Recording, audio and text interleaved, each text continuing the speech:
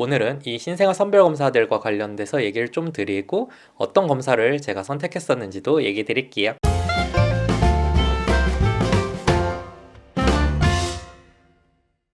배꼽손 안녕하세요, 말랑닥터입니다. 좋아요 꾹 구독 꾹 눌러주시면 더 좋은 영상으로 보답할게요.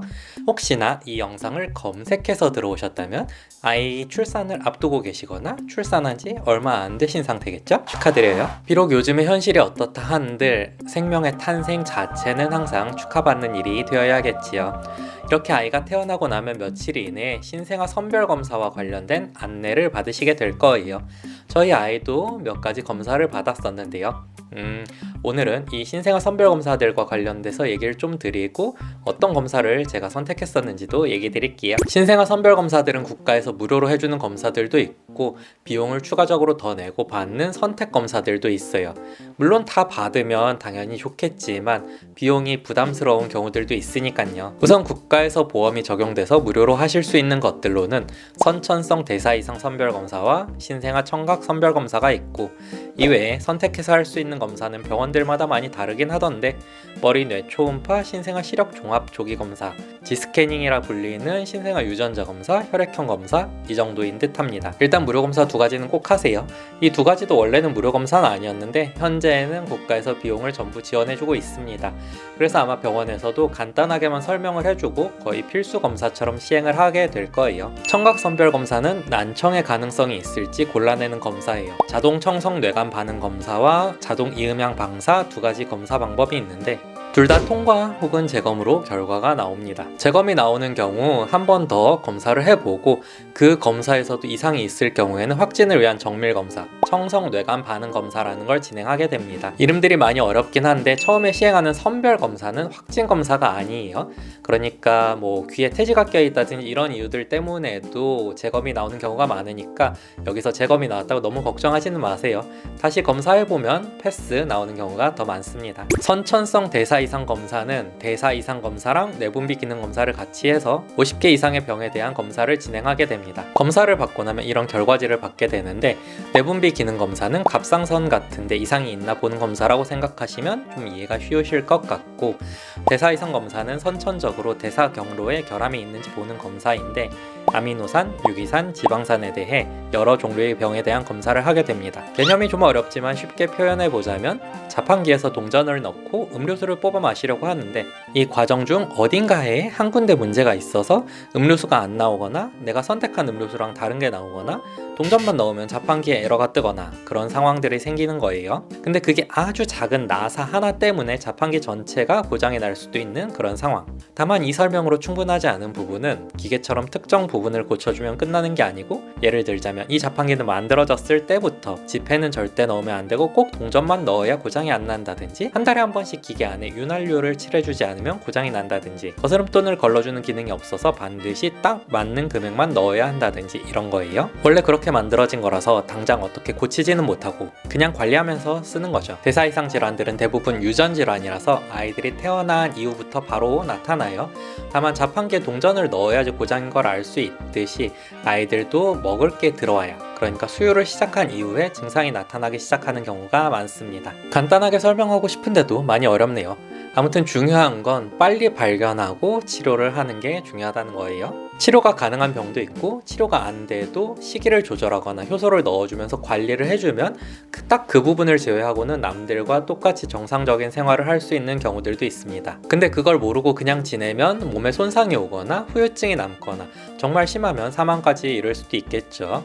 물론 대부분의 병원에서 사망까지 이르게 놔두지는 않을 겁니다. 이 선천성 대사 이상 검사 역시 두 번의 선별 검사를 진행하게 되고 두 번 결과가 다 이상한 경우에는 확진을 위한 검사들을 진행하게 됩니다. 첫 번째 검사에서 약간의 이상이 보이는 경우는 두 번째 검사에서 정상으로 돌아오는 경우가 많긴 하지만 애매하더라도 수치가 이상할 경우에는 확진을 위한 검사를 받아봐야 해요. 근데 검사 결과가 오래 걸리는 경우들도 있고 그래서 빨리 결과 보려고 청주 가시는 분들도 많이 있으시죠. 저희 아이는 다행히 다 정상으로 나오긴 했지만 만약에 이상이 있었다면 저도 빨리 결과를 알기 위해 청주까지 가지 않았을까도 싶네요.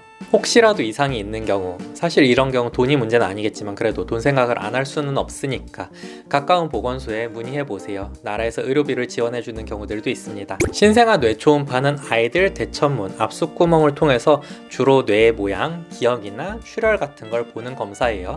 이 압숫구멍이 다치고 나면은 볼 수가 없어서 어릴 때만 가능한 검사죠.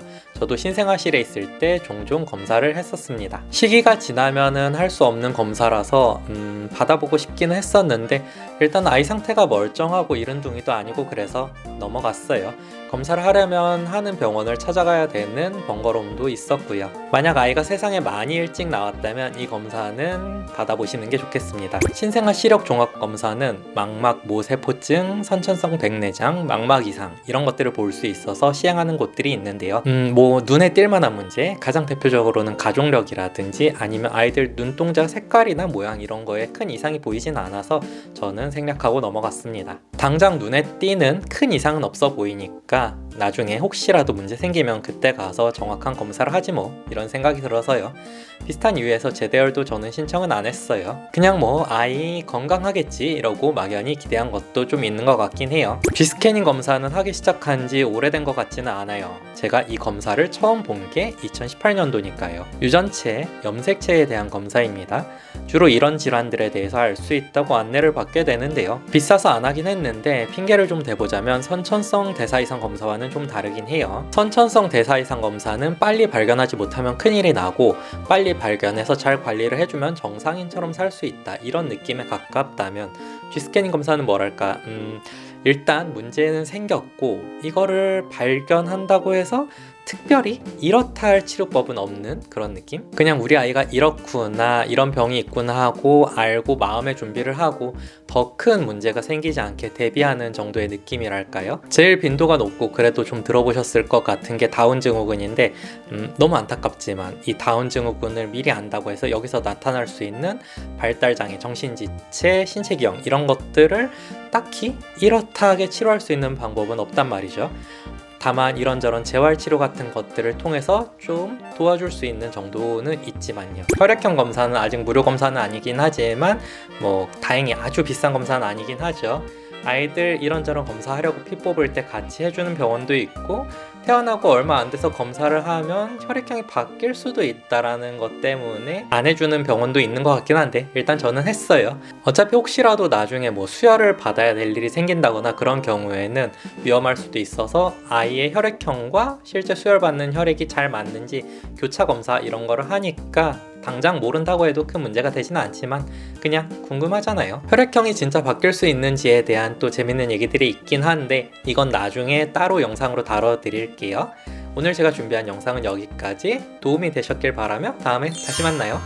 감사합니다.